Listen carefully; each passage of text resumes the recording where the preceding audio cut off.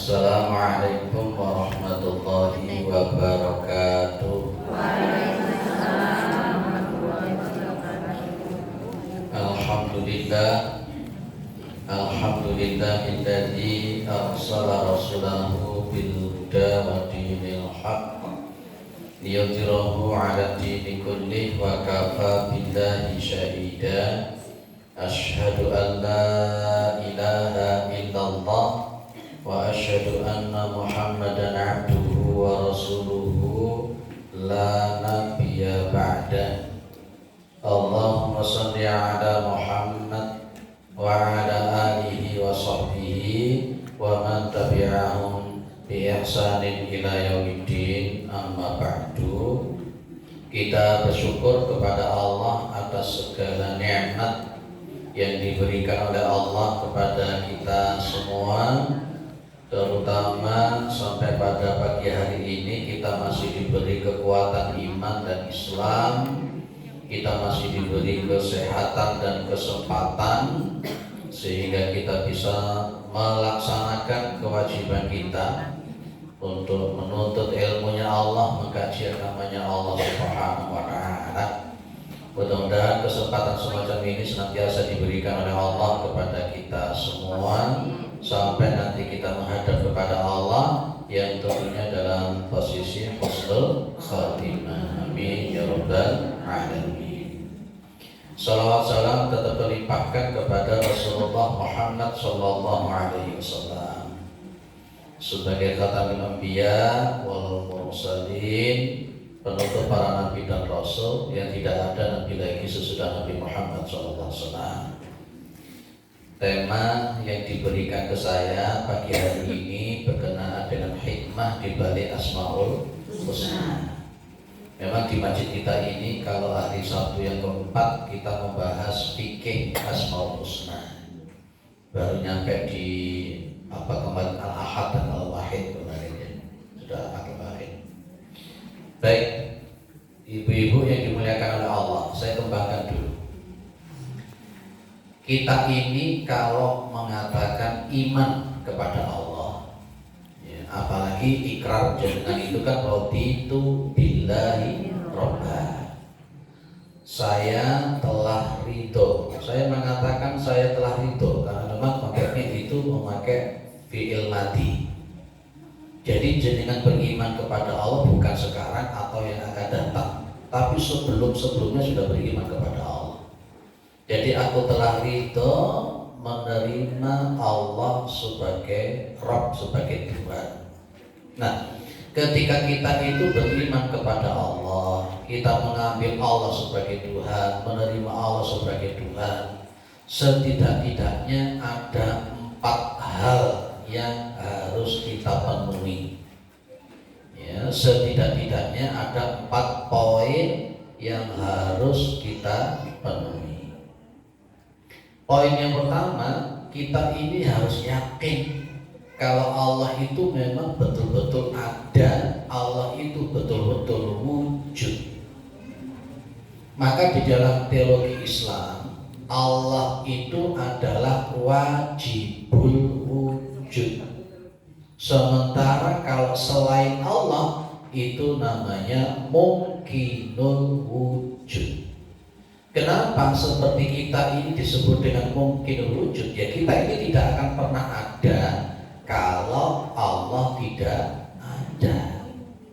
Gampangannya gini toh, jenengan kalau melihat meja yang di depan jenengan akan berpikir apakah meja itu akan ujuk-ujuk ada, apakah tiba-tiba ada. Maka jenengan pasti akan berpikir meja ini pasti ada yang membuat. Ini poin yang utama. Jadi kalau memang kita mengatakan aku beriman kepada Allah, yakinkan Allah itu wujud, yakinkan Allah itu ada, yang itu dibuktikan dengan adanya penciptaan alam semesta. Itu poin pertama ya. Aneh kalau ada orang mengatakan iman kepada Allah tapi tidak mengakui adanya ketuhanan Allah ya. Biasanya orang itu satu dua bledak-bleki Kalau pas ketika dia kepepet itu yang disebut siapa? sekafir-kafirnya orang itu, kalau pas ketika dikepelepet kepepetan anu mesti disebut Allah. mungkin dia tidak menyebut Allah tapi dia menyebut Tuhan, Tuhan, Tuhan, tapi itulah fitrah. Makanya fitrah allati fatarna sa'alaiha.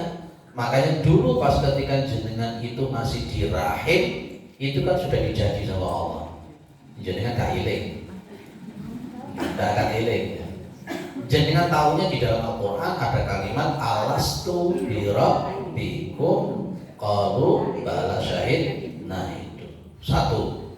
Poin yang kedua, kalau jenengan itu mengatakan iman kepada Allah, jenengan betul-betul menjadikan Allah itu sebagai ilahun. Ingat ya, nanti ada ilahun, ada robbun.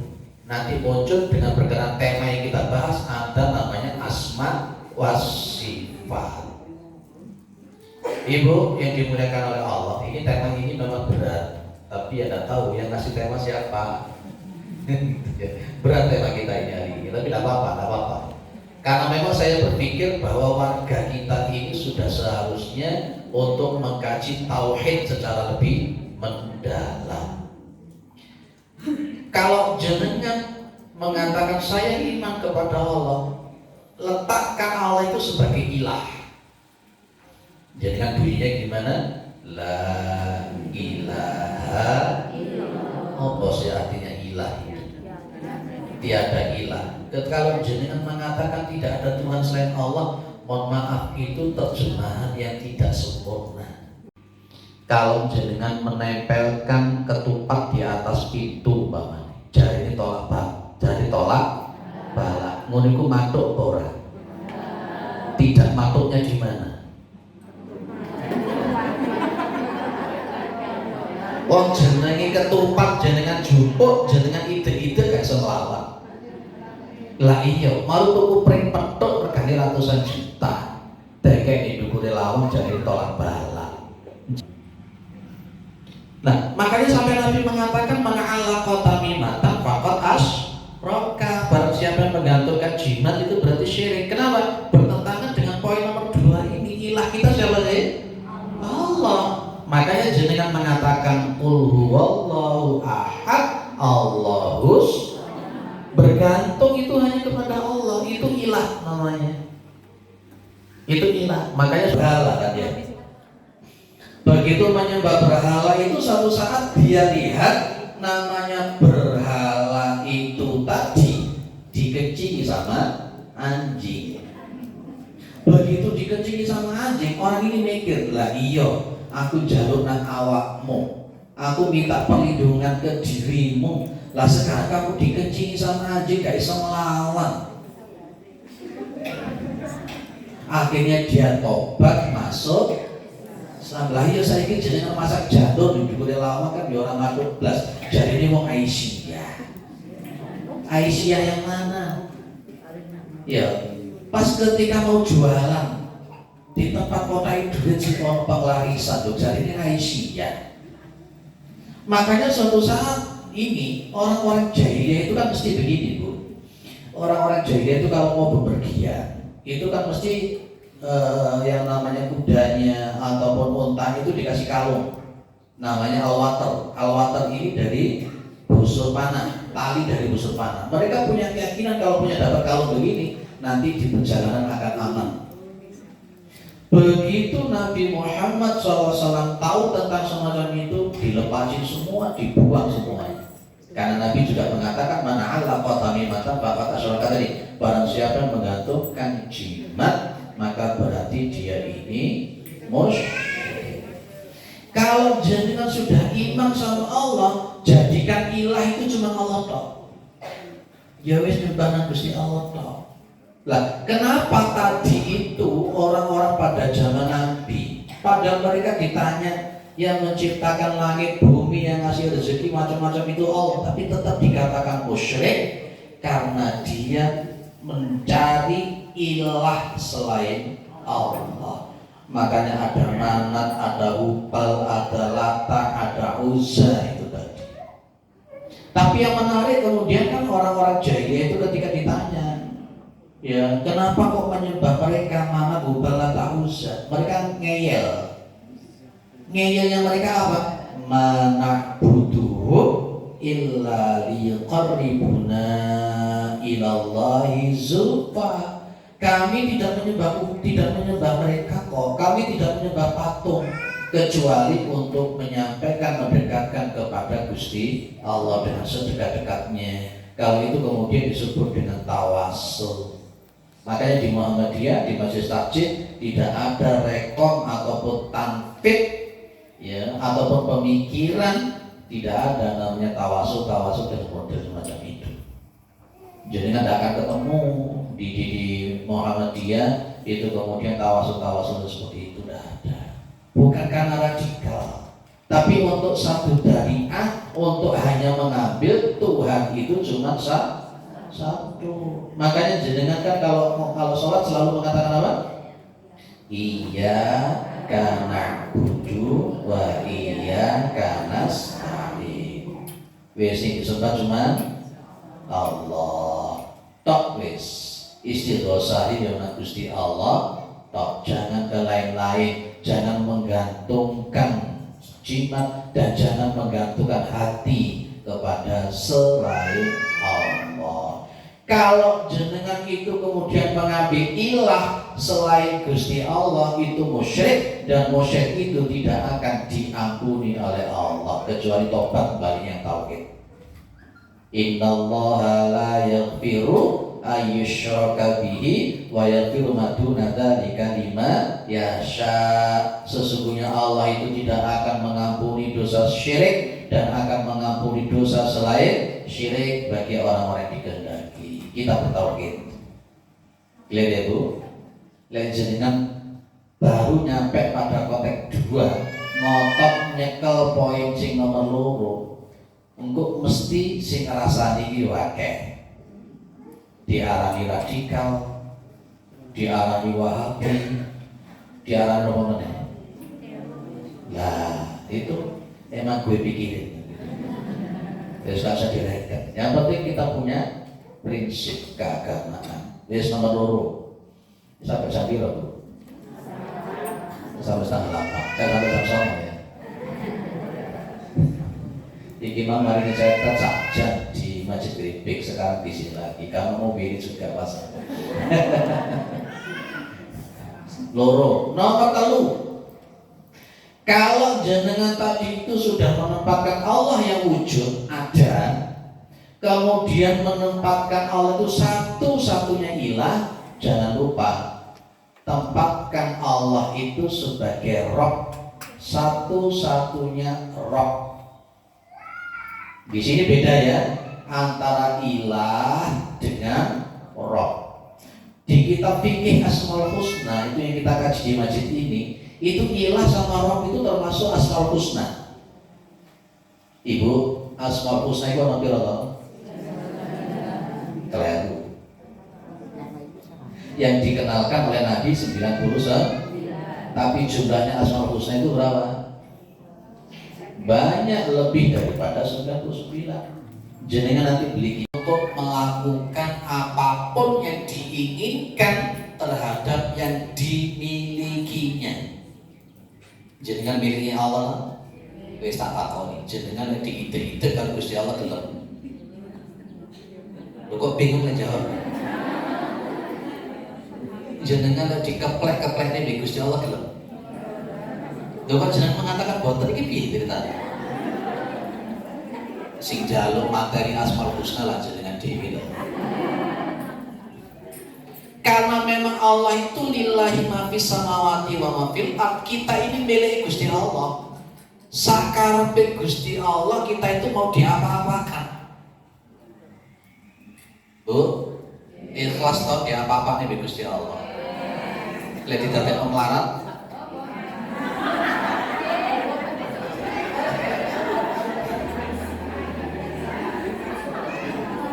Mari enggak ke dari daten loro. Mari mau saiki ge. Itu kan konsekuensi jenengan beriman kepada Allah lewat Asmaul Husna itu toh. Benar ya? Lah, itulah memang Allah tuh begitu. Makanya saya bilang, saya tanya jenengan, Gusti Allah kan gak pernah salah toh? Allah gak pernah salah, gak pernah keliru. Sehingga pas ketika Allah sebagai Al-Malik kemudian memutuskan A, memutuskan B, memutuskan C, iku sakarepe Gusti.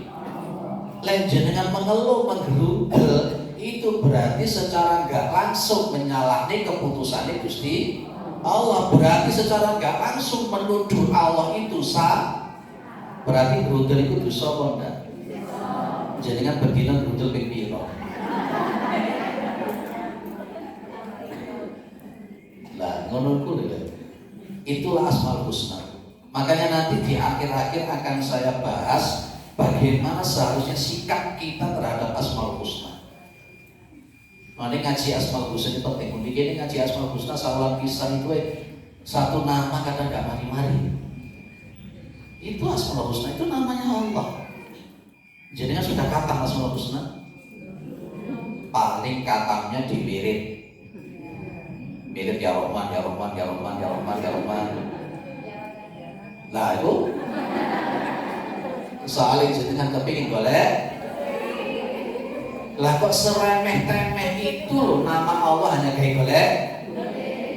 Nah, konangan jenengan. Wah, Aisyah. Bisa agak ngantuk ya. Itu baru Al-Malik. Berarti kalau memang jenengan itu menempatkan Allah sebagai Rabb, ya wis. Yang mau tidak mau. Jadi kalau rububiyah itu posisinya tadi, Gusti Allah yang jadi penguasa pemilik, ya wis samina wa ta'na apa. Maka satu-satunya zat yang memberi rezeki itu ya Allah, bukan yang lain. Jenengan itu milih Qarun atau Nabi Sulaiman? Nabi Sulaiman itu dia dikasih harta, sukses, macam-macam.